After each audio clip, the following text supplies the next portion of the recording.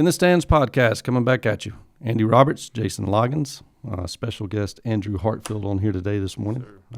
Can't thank you enough for being here. Appreciate it, guys. So we thought we'd give you a break from Tony Cash, so you don't have to endure that. There you go. Quick little intro here on Andrew. Andrew is our area director for FCA for Hall County and White County. Graduate of North Hall back in 2013, I believe. Yep.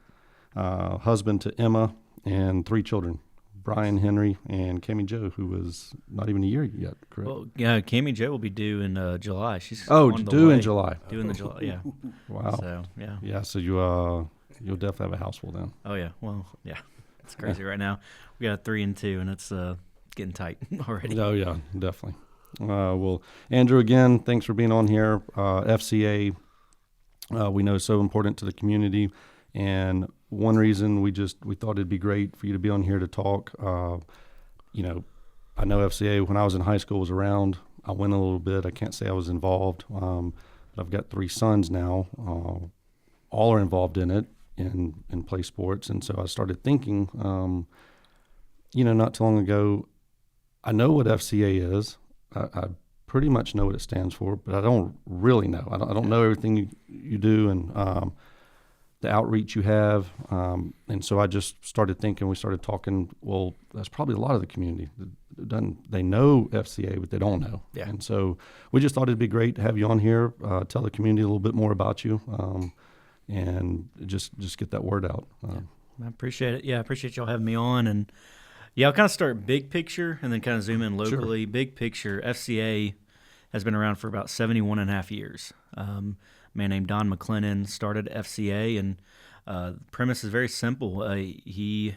1950s, he saw athletes advertising cigarettes, shaving cream, and all that kind of stuff, and he's like, well, why can't they advertise Jesus? And so that really shifted him and this focus and really started this movement now that's going on almost 72 years. And we're now not just a U.S. ministry, but we're an international ministry with over 100 countries that we partner with and do ministry in. And so it's a huge, huge organization. And our vision is to see the world transformed by Jesus Christ through the influence of coaches and athletes. And so when I talk to teams or I talk to people, when it comes to, there's probably a coach that y'all have that had a huge impact on you. Sure. Oh, yeah, For me, I'll highlight one was Mike Little. He was my coach at LSA for a few years. He was the Parks and Rec department, the director of Hall County Parks and Rec before he passed, and so he had a great impact on me. And so there's a lot of teachers that I had that were great teachers that I don't recall much, but Mike's one that I had that had a big impact on me.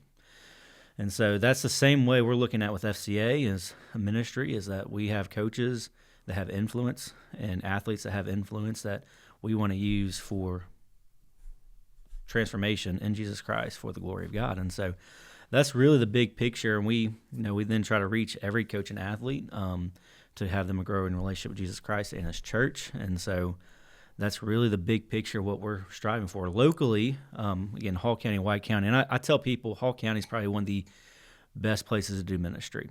You have a couple of different superintendents in our area that are very supportive of what we do, that love what we do. And so we have a wide open door. If you go down south of the county, that's maybe not the case in a lot of schools, but for us, we have a lot of open doors that we're walking through. And so I would say, I think last time I checked, it was about 45 or 46 schools in Hall County and White County that FCA has a presence at.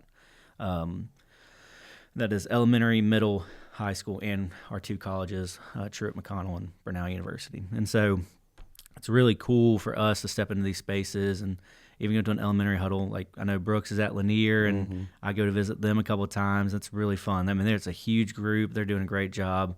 Lori Miller over there leading that really well. And so it's really cool to see what's happening. We have about 10 staff persons with us here at FCA locally in Hall County and White County.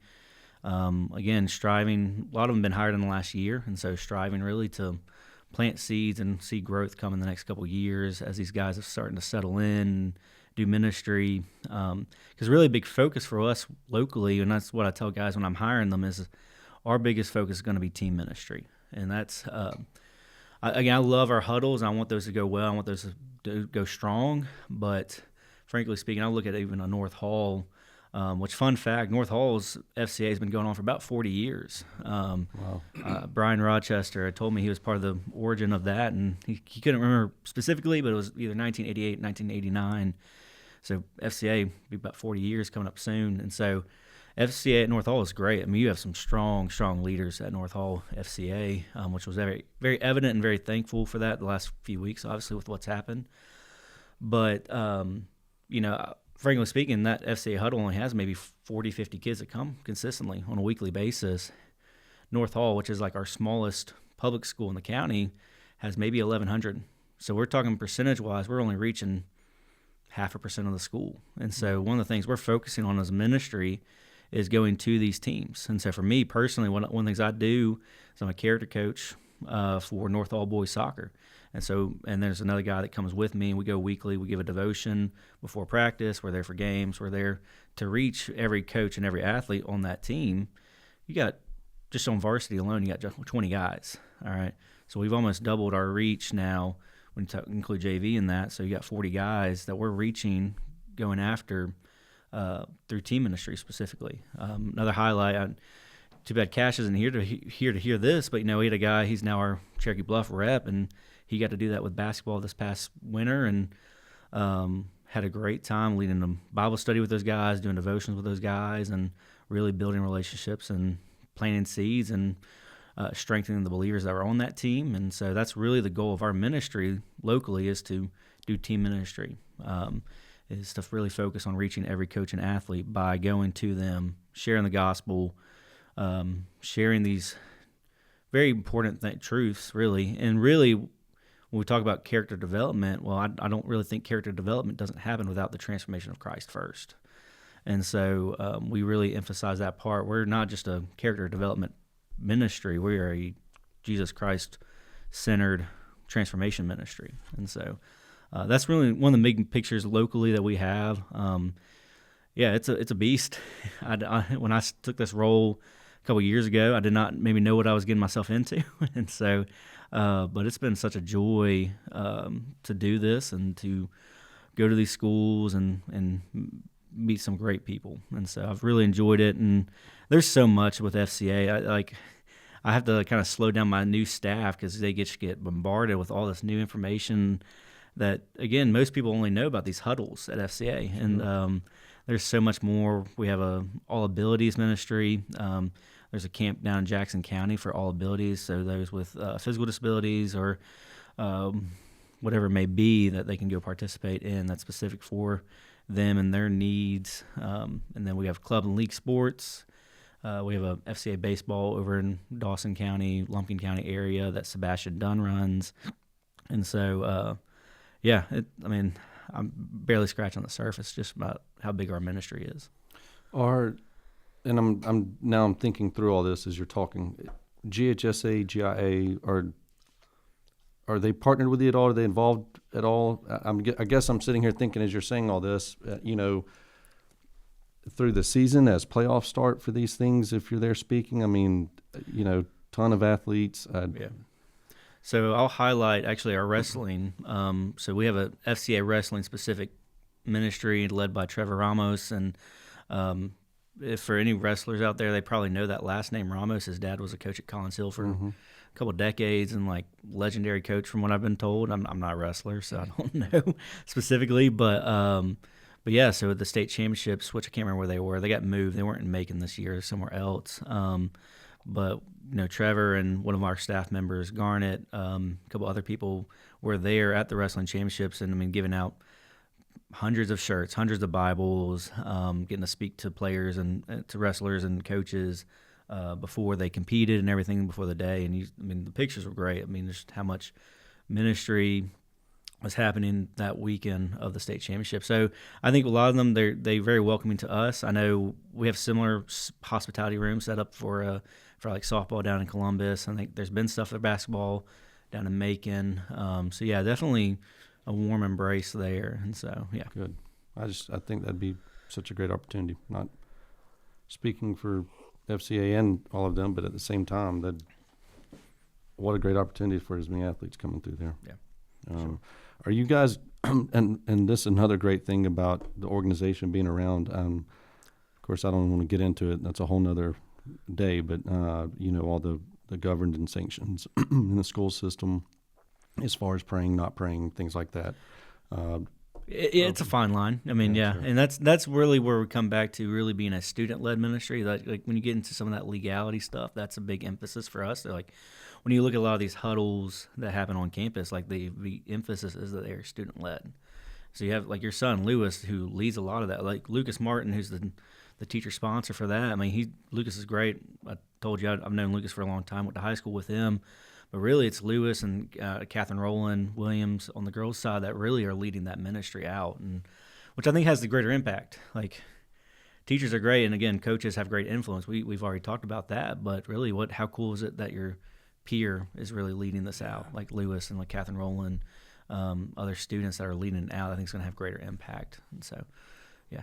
Yeah, that's you talk about a proud dad. All three boys are involved. Grant being in middle school, such important years in all kids' lives. And so to be a part of FCA, big deal.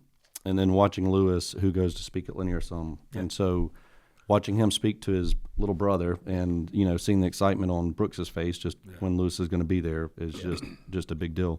And Lewis is, he's a sophomore now, so we're starting to have those talks of hey, kind of what are you thinking past high school? You need to start, kind of making a plan and goals and things like that. And so obviously athletics, he's got a passion for it. So he said, well, I would like to try to do that in college. But then he told us the other day, not long ago, that, he told his mom, he said, but I've also got a passion for ministry, and I'm, thinking the road could take me there, And she told him, I thought it was a great response. And she said, well, Lewis ministry looks like a lot of different things, and you could do both. Your ministry could be in sports if you're blessed enough to go on and play something in college, and or life in general. And so then we start talking about FCA, and that's exactly what it's here for. And so again, we just started talking and thinking that, FCA's there, but we just know it's there. Yeah. And so I think this will be great for people to hear all this, because you're right, the more peers can get in there and get led by other peers, it just can make it such a huge impact. Yeah. And as we talked about, and just a heartbreaking tragedy at North Hall, and such an important thing for someone like your organization to be around to help and continue to help, because obviously they're going to deal with that for a while. Yeah, and it was really cool that week following the track. I mean, they had a prayer gathering Monday, and again, student led. You got Maverick Smith leading worship, and Isaac Borg sharing the gospel before school, and there was probably 200 students in that room Monday morning, in the theater that Monday, that first day of school coming back. And so it wasn't, Sam Borg leads really well out there. Jennifer Hinman, they do great stuff there, but they're really empowering these students to lead. And I got to see that, and it was really cool to kind of just observe and watch. And so it's going to have great impact. Sure. Well, that's fantastic. Well, I know we had a great time at the FCA All-Star football game. Yes. It was a little cold, but, it was good times. At least, it was a couple years ago. The first one I went to, it was cold, and nobody scored until, the last 2 minutes of the game. So at least this game was it's been cold the last 3 years. Last year was really cold too, and but at least we got to see some scoring, because that first one I came to went literally 40 minutes without a touchdown or a field goal. I think we missed a field goal, so it's just at least you got some scoring out of it. Yeah, it was a good turnout. I mean, it was the kids that were participating in it, and the fans in the stands were braving the cold out there with us too. So it was a big deal. So I like what you just did within the stands. Yeah, I heard that too. That was nice little plug. Press like it. So do you have any kickback when you go to certain schools and coaches and stuff like that? Because not everybody's open to stuff like this. Because for me, when I had my wreck in 2015, when I was going around talking about it, right, there's some schools that wouldn't let me in, so they didn't want to share the story of drinking and driving. So do you have any? I'm sure not coaches, yet. Yeah. I'll say the teams I'm really focused on, again, doing specific team ministry, was Riverside football, North Hall soccer, and Gainesville lacrosse. Riverside football was the one I had to Jeff Lee over there at Riverside has been very welcome to me. So like that was one that I just never developed a relationship with yet. But he was very welcoming. He had done that in the past when he coached at Dawson and other schools. So he was very welcoming to me coming in. Gainesville Lacrosse is coached by a guy, Baylor Montoya, who I've known for a long time through Lakewood. And so he was very welcoming. So not yet. I mean, I will say it was really cool actually with Gainesville Boys Lacrosse is then one of the girls lacrosse players asked me to come speak. And so I'm starting to do that now. But yeah, I'm not pushed back yet. Okay, but I mean, not to say it's not going to come. I didn't get pushed back in Hall County. It was another county. So Yeah, we're good. no, So- yeah. Again, that's why I come back and say like Hall County is such a special Yeah. place. There is an open door at a lot of schools and a lot of places, and so it's been a great place to do ministry because I know from other people from different counties, different areas here in Georgia, that are having pushback and having to struggle to crack the door open, That's right. let alone walk through an open door. And so we're very blessed here in Hall County and White County to do ministry here. Yeah, that's and just to give a little more background on Andrew. Andrew used to be over sports at Lakewood Baptist, and so Upward. I guess it's still at Lakewood. Yeah, It's Upward? they're still rocking and rolling, and yeah. So obviously that's how I know Lewis and Grant and Brooks and your dad more specifically. Had a lot of interaction with your dad. A lot of people know my dad from the sports world. I saw him the other day actually. I think just walking around the square and just him and your mom, and so it was good to see him. But yeah, I mean, Upward was great, loved it, and really that's kind of part of my origin story. The FCA was when Aaron Mann, who's now my boss, and Aaron, who's also from Hall County, North Hall graduate, he's kind of over Northeast Georgia, so I report to him. But he and I started talking back in 2023 about switching from Upward Sports to FCA Sports because FCA had started stepping into that realm of youth club and sports, club and league sports, and so we had been talking about FCA Sports, and then about 2 or 3 conversations in, he kind of opened up this door about area director for Hall County, White County, and so that kind of changed our conversation. But yeah, it's still rocking and rolling. Funny enough, we got our neighbor to sign up last fall to play, and so and I told him I'd coach him. So I got to coach 4-year-old soccer this past fall. Controlled chaos. Or is it even More like controlled? wrangling cats on cocaine. That's the best way.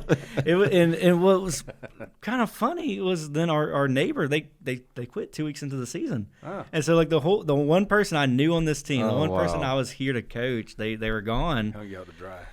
And so but I had 9 other kids. It was a blast.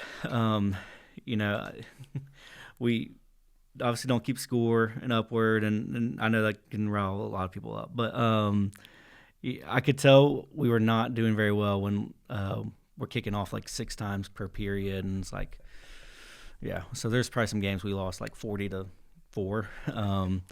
But yeah, it was a fun time. I had a lot of fun, and my parents enjoyed it, and so. But yeah, it's Upward's still going and still rocking and rolling. I know a lot of friends that are over there still playing, and it's really cool. Talking about like a Grant and a Lewis is to see those guys when they were 7, 8, 9 years old, and now, see them almost 8 years later, and how they've developed not just athletically, but as young men, young women.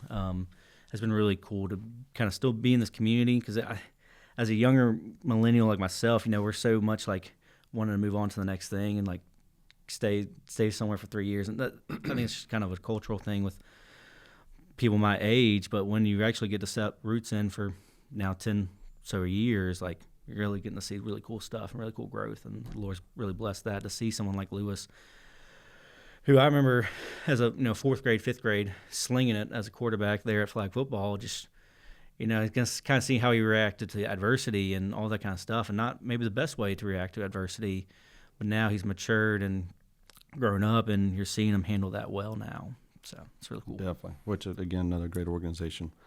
In fact, you said they don't keep score, but that's just certain ages, right? That is, and this is the they kept score. So that oldest age group, we always kept score, and there's always the stigma around Upward about it not being a competitive league or whatever, and it's an interesting dynamic. I always talk about like a spectrum. You got kids that are on, it's a huge spectrum because you got kids that I don't say this offensively, but like can't even skip. Like they Right, just have right. that kind of low coordination skill.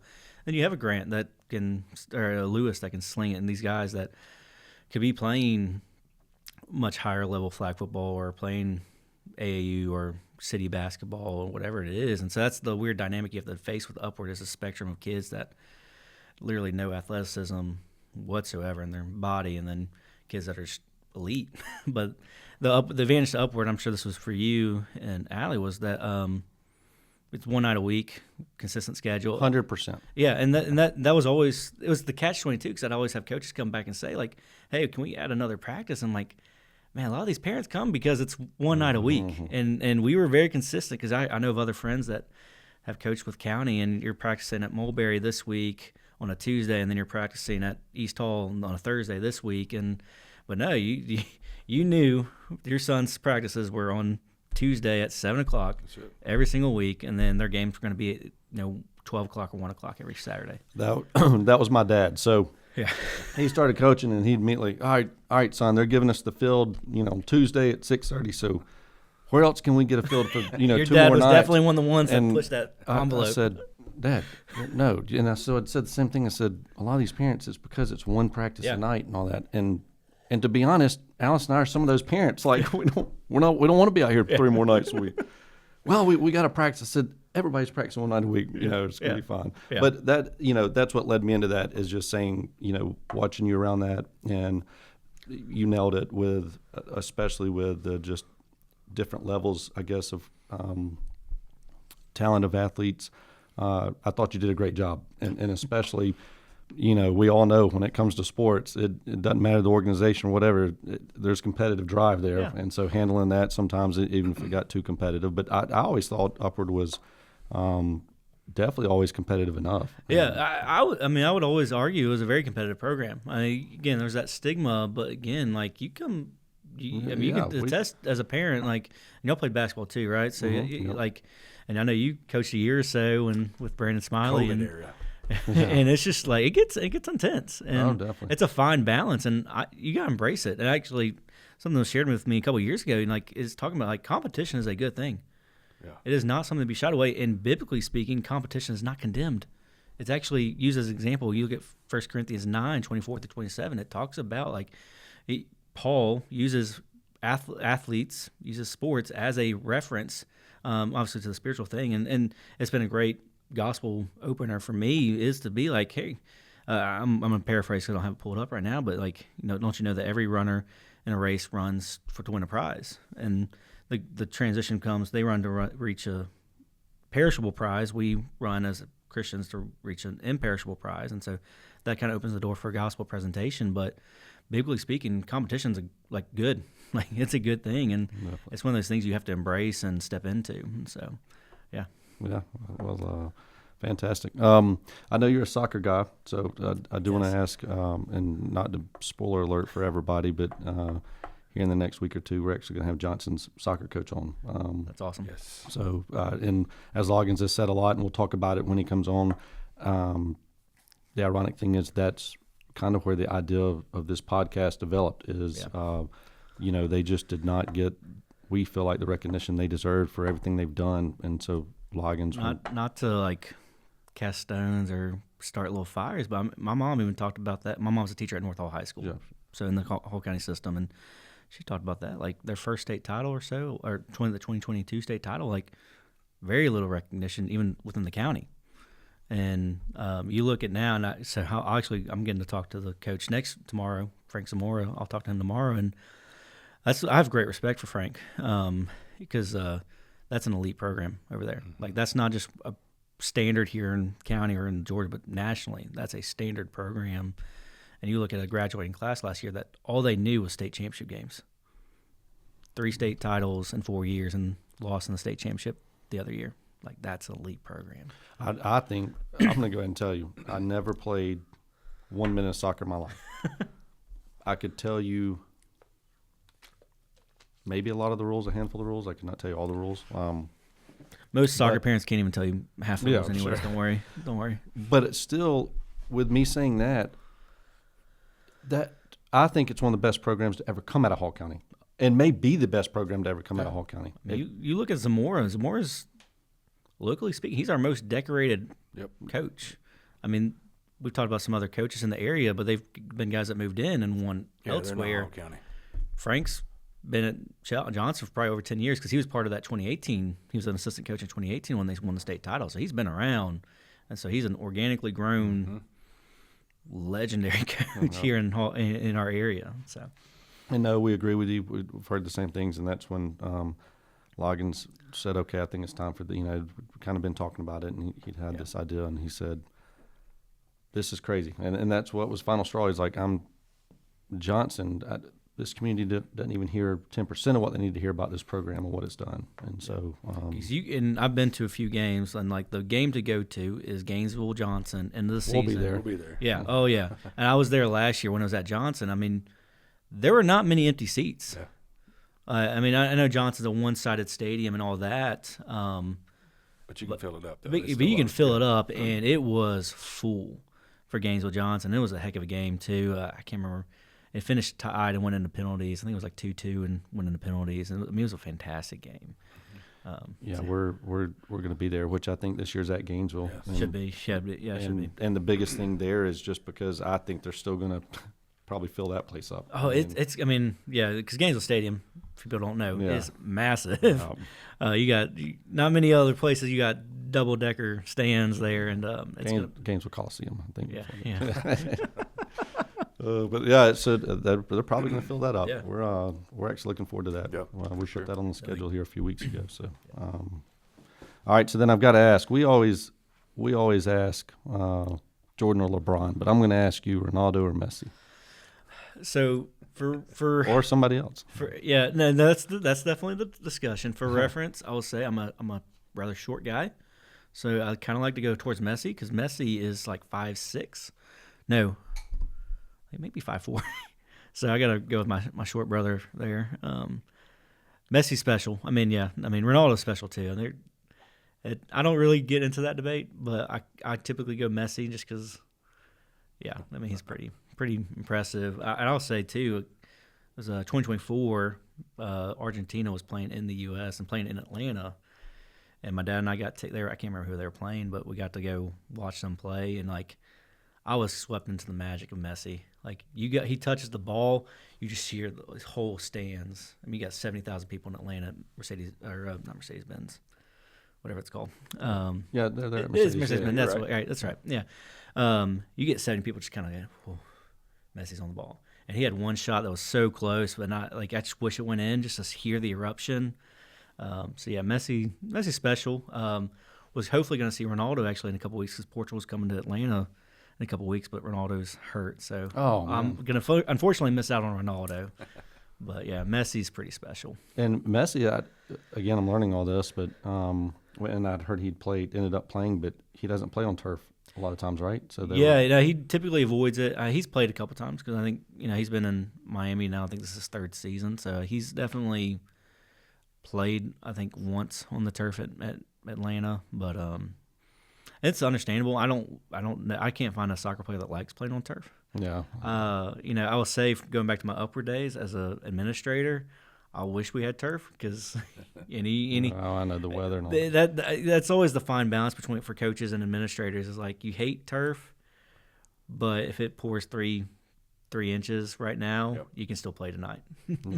Not the case because I remember when I was playing soccer at North Hall, we had a grass field at North Hall still, and like the back far corner, which is now where like close to the away team's bullpen, that was a mud pit down there. It always set up there. Yeah, and that always, like I remember that corner. Like if we had a rainy game, like our jersey was going to be brown by the end of the game because that mud area. But so turf, it's good. It's peaceful as an administrator, but as a player and a coach, I hated turf.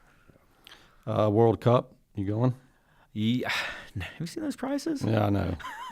We're trying to get in the stands there. Can somebody please sponsor in the stands? Needs to be there. That'd be a great podcast. I'll write a letter for recommendation. I'll help you get that. Y'all just y'all bring me. Yes. In. Well, you're going to be part of the podcast, so I want to be natural. I think my dad was looking at tickets, but still, like even for like the third deck, your cheapest ticket's like $200. No.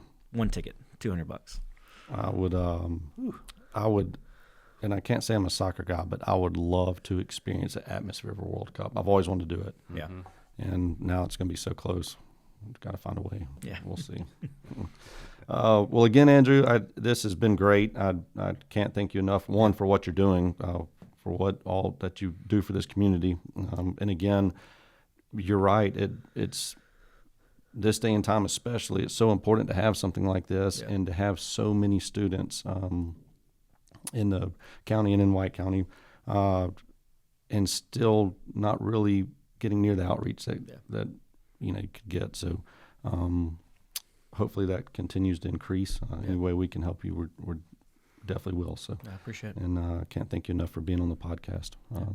Keep planting the seeds with these kids. I mean, it's it's prom season right now, and you still hear about the after parties and stuff like that. As long as we keep helping these kids and showing these kids that make good choices, and hopefully with FCA planting those seeds with these kids, we can grow from that. But can I ask you if you could pray for this community for us? Gladly. Let's pray.